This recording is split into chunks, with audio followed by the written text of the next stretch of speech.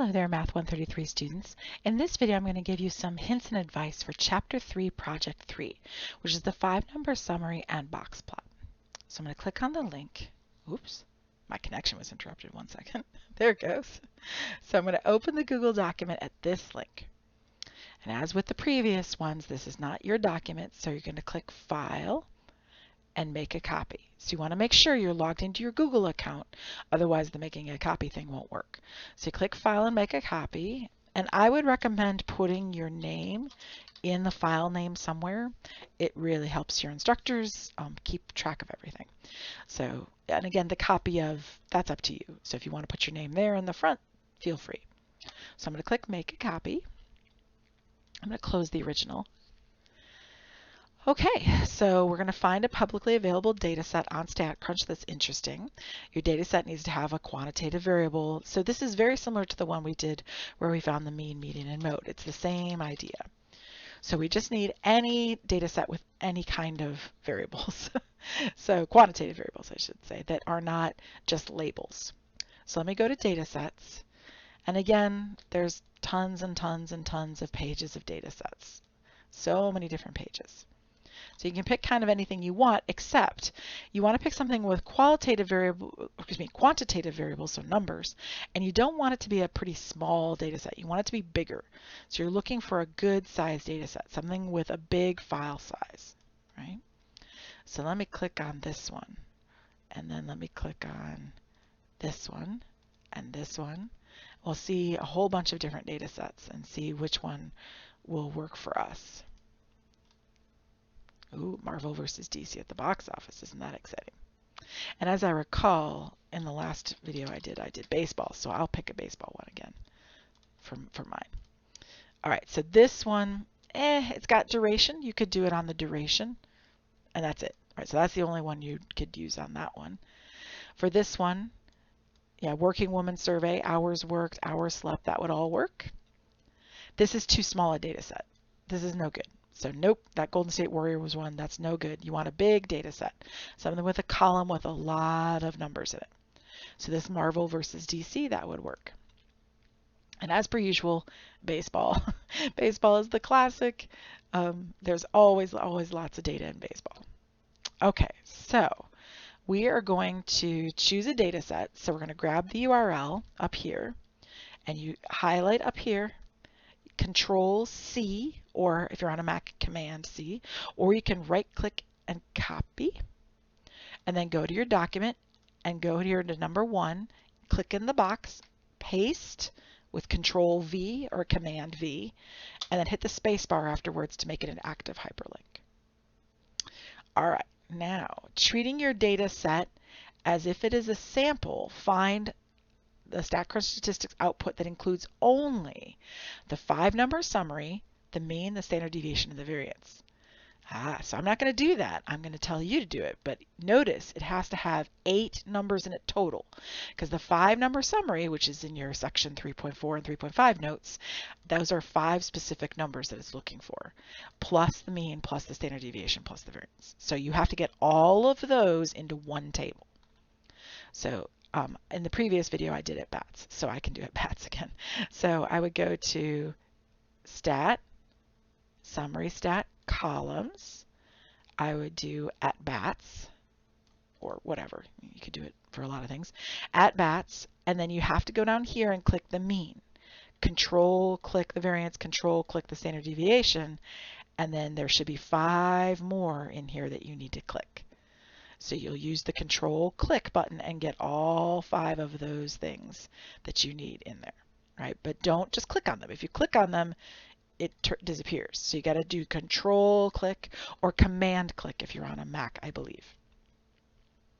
All right, so you're going to get those. Remember, it gives you a box. This is not what you need. This is only 2 of the numbers, but you'll highlight that box. There should be a bigger box here with 8 numbers. So you highlight the whole box. You copy, Control C, right? So you make it so it's all blue, and you Control C, and then you go back in here and you Control V and you paste. Again, this is not sufficient because you've got to be 8 numbers. So I'm only showing you 2 of them so far. All right, next, find the range from your output above. Now, I say from your output above, but being realistic with you, you could just find the range. So I could say at bats, and I could go down here and click on range. And there's my range. So if you want to find it from the output, sure, it's not a hard calculation, or you could just paste it in from StatCrunch. That's fine. Either way you like it. Same thing with the IQR. That is also in StatCrunch as one of the options. So options edit, I keep it at bats, and then IQR is right there. So you would do the same thing for the IQR. And then here's a hint for you, Q3, which you should have found as part of these, right? Q3 is one of the 5 numbers from the 5-number summary. Hint, hint, hint, right? So you should find Q3, but this isn't asking you to find it because you already found it for part 2. It's asking you to interpret it. So interpreting percentiles, because that's what Q3 is. Q3 is a percentile. In particular, it's the 3rd quartile. That is in your notes. So you want to go to your notes and look for where interpreting percentiles shows up. So there's a script for it in a gray box in the notes in section 3.4. Here it is. So there's the script. And then we did several examples in the notes. So we have 1, 2, 3 examples right here. Right? These were the 3rd percentile, the 63rd, and so on. And then we have a couple more here. And then we actually have a quartile, which is what is being asked for, right here at the bottom of this page. Right there. So you might have to figure out what your column's about, though, to get the context, right? So for my example, I know that AB stands for at bats. So I would start off with 75% of at bats are, and then I would go from there. So you have to figure out what you're looking at. If you can't figure it out, you need to pick a different data set or pick a different column, something that you do know. Right? So I know that R is runs. I know H is probably home runs, to second base, third base, and so on. Actually, H is hits. I know what H is. H is hits, right? And so on. HR is home runs.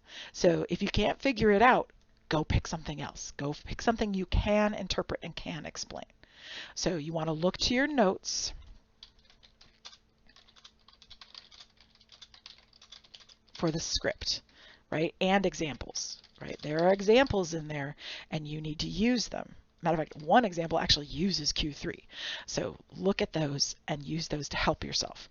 But it's an interpret problem, not a what is it problem. You actually already found the value, or you should have, up here. So the value should be sitting up there. Q3 should be one of the 8 numbers. So down here, you're interpreting it in the context of the situation. So you have to make sure you understand your spreadsheet. If you don't understand what your sheet is looking at, you need to go pick a different sheet. All right, next, you're going to construct a box plot with StatCrunch, and I strongly recommend that you make them horizontal. All right, so let me close this. So I'm going to go to Graph and Boxplot. Boxplot is like the 6th one down here in the list. So I click that. And you have to choose the same variable you chose for the other questions, which for me is the at-bats, AB. But you can't use that. Everybody else can pick anything else in this sheet except for the at-bats. All right, so you're going to draw the boxes horizontally. So that's right here. So you want to click on this box so it says horizontally, and then say compute. And that's all there is. Right? Simple as that. So then you have a picture, options, copy, whoop, I saved the image. I clicked the wrong thing. Copy the image. There you go. You could save it and then upload it. That would also work. All right, so I'm going to paste my graph right here. And there it is. Now, judging from the box plot, do your data have any outliers? Okay, so outliers are something very specific in StatCrunch that you should know what to look for. So this is a very basic answer. Don't talk about the fences. This is not that involved, right? What should you look for if you want to see outliers? It's right here on this page, right? Those are outliers. How can you tell? Exactly. So that's all that question's asking from. I'm literally making sure that you know how to read one of these graphs. So do you see any outliers? Yes or no? And how can you tell? Don't need to talk about the fences. You don't need to do the calculations. It's just a, yep, I see them on the graph and this is why, or no, I don't see them on the graph and this is why. And it's right here on this page that it explains what to see. Okay. It's not right there, but it's a little higher. Okay. So that's a very basic example. So this is going to be yes because yada yada, or a no because of blah blah blah, right? So you're just going to say yes, I see outliers, and this is how I know, and no, I don't see them. Okay, so that's that. Now judging from the box plot what appears to be the shape, skewed left, skewed right, symmetric. And that is on this page in the notes, where what you should look for. And this is why I wanted you to graph it horizontally. You can graph it vertically, but vertically is a little harder to see. So if the upper whisker, the right whisker is longer, that's skewed right, or if the right box is longer, that's skewed right. If they're basically kind of equal-ish for both the whisker and the box, that's symmetric.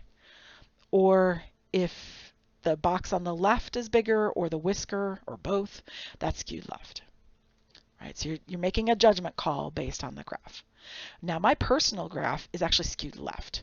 You can tell because the box is way bigger on the left than it is on the right. Yes, the whisker's a little longer on the right, but it doesn't compare to that box. That box is huge. So I would say it's skewed left because blah, blah, blah. But yours, of course, might be symmetric. Yours might be skewed right. So it could be skewed right. It could be skewed left. It could be symmetric. So you explain why, right? Because the whisker, because the box. So for me, it's because the box is much bigger on the left than it is on the right.